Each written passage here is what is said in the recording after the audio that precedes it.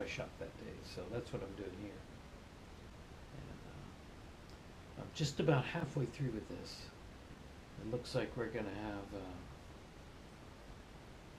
8 parts, part 1 through 8, and they'll all be like close to 30-minute sections. So really excited to get this. Then we'll have to burn that through the day today, and then render it, and then be ready to upload all that stuff at some point. So let's get back to this. Will advance, led by Jeff Gordon. To the second and final round, here is the rest of the field for tomorrow's Geico 500. Kyle Larson 13th, Austin Dillon 14th, and on back. Yeah, Kyle Larson missed the top 12 by 3/1000ths of a second. Wow. Now, Larry, how did they go out in this session? Slowest to fastest. Exactly, yes. And Mike, it took 54 minutes to qualify all those cars. Top 36 are set by speed, and the rest of the field by car owner points. There are the provisionals, and Michael McDowell and Jeff Burton are the two drivers who will head home today. Okay, so this is going to be part 3. Starting lineup for tomorrow. Now down to Chris Neville for today's edition of Traction Talk, brought to you by TireRack.com. Well, Mike, checking out all 45 cars that were out on pit lane here, none of them were on All right. sticker tires. And talking with the crew chiefs, they said they went through Part a 1, heat part cycle 2, part yesterday, 3. That's what I scuffed got tires on going the here cars right because now. So. these tires go through a phase of grippiness in those first 2 laps. So they wanted to make sure they went through that yesterday, so the tires today had a little bit less rolling resistance on the racetrack. And also one thing I noticed I'm is getting hungry. some hairs on the side of the tires. All the teams trim those hairs off. Those are called mold vents. And you gotta wonder how much time and money was spent in wind tunnels to figure out you gotta trim the mold vents off the tires for qualifying. Well, I don't know, Chris, we've done that for years. We used to sit there with razor blades and trim those things off, trim the letters down on the side of the tire. I mean, after all that is in the wind, it's creating turbulence. And Wow, the that's smoother that up, crazy. slick it up, the better off you are. Yeah, now you saw those hoses there going down in Casey Mears' Cal area. They're just cooling the engine down.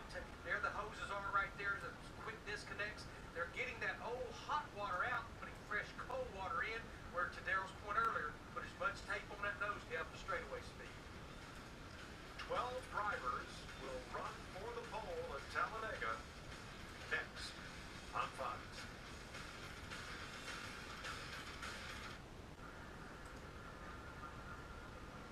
Coming up next at Talladega on Fox, the NASCAR Xfinity Series.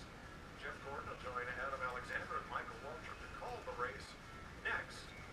Right here on Fox, the Dillon brothers, Austin and Ty, square off from the front row.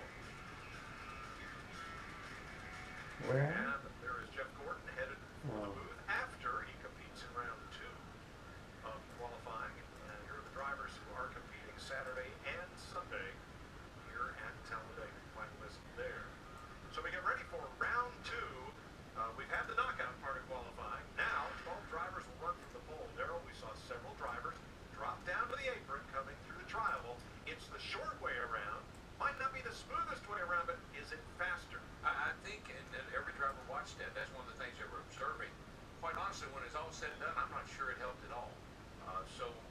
Jeff Gordon didn't drop down on the apron. And so if I'm going to do something, if I'm going to copy somebody's lap, it's going to be his. Because I don't think anybody's got anything for the 24 car. Larry, as we talked, it's so rare that any driver has 3/10 in the bank at Talladega, where making it or not making it is less than 100th of a second. I mean, Jeff Gordon's first lap, that was massive. Yeah, and I even saw it on his get up to speed lap. But when we interviewed him, I think he brought up a great point. You know, there's such a balance with these race cars of keeping some heat in the hubs, in the drivetrain, the gear, the transmission, but yet getting that engine as cold as possible. Jeff Gordon went out fairly early in the session. I look at Dale Earnhardt Jr., his teammate went out fairly late. But yeah, regardless heat or no heat, 3/10 is going to be hard to overcome, but you never know. You want all the components hot. You just don't want that engine hot. So we got the best of both worlds as we start this second round. All right, let's hear from the driver who was second fastest in round 1. Mike, the RCR Chevys looked extremely fast in Xfinity qualifying. Paul Menard, you're Okay. trying to start the pole here for the Cup race. You're So one of the guys we're that gonna can say do it. this How is much time part do you think that 3. helps? I don't know. I didn't do it at all yesterday, and we kind of kept that in our back pocket. We saw some nationwide guys do it, maybe pick up a little bit of time, so I said, somebody's got to be the first one too, and we tried it. Actually, par see if four. I can get worked out. What I'm doing there. Big pickup from yesterday overall, and guys gave me a really fast bucket say Chevy. Thank you. Bye.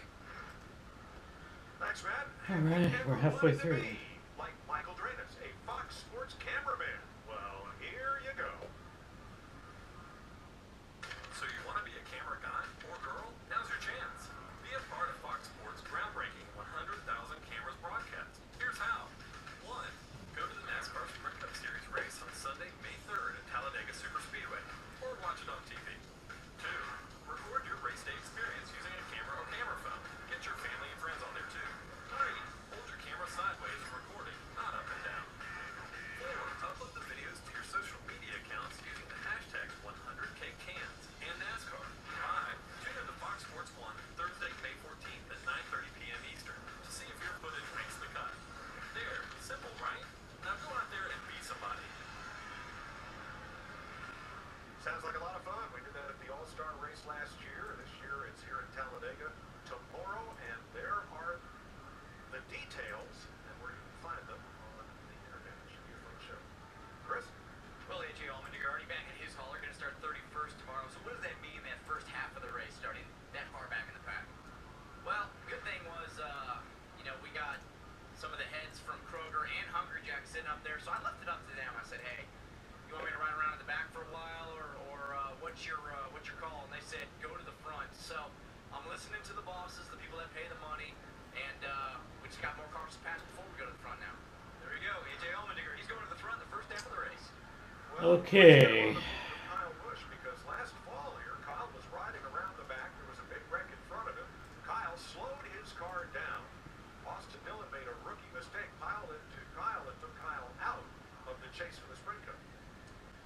Yeah, I think these drivers are realizing now, here and in Daytona with these restrictor plates, that riding in the back, two things can happen. A, you can just as easily get caught up in a wreck as you are if you're in the middle of the pack. But once you decide to go, if they're 4 wide, 8 rows deep, where are you going to go?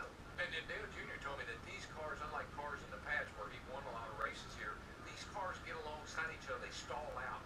You can't get that swing in, get that side draft and shoot off and then push you forward. You swing in, get that side draft, and it just makes you go, basically run side by side, kind of jockey and back and forth. Can't get that big run like you used to. The race at Talladega is always one of the most nerve-wracking and sometimes action-filled days of the entire NASCAR season, and be right here on Fox tomorrow. The Geico 500. Hope you'll tune in and join us for 500 miles of 43 cars at nearly 200 miles an hour. It all begins at 12:30 p.m. Eastern on Fox, but our pre-race coverage actually begins with race day on Fox Sports 1 at 11:30 a.m. Eastern. Mike, it's just like sitting at a poker table. You got to push all your chips to the middle. You got to be all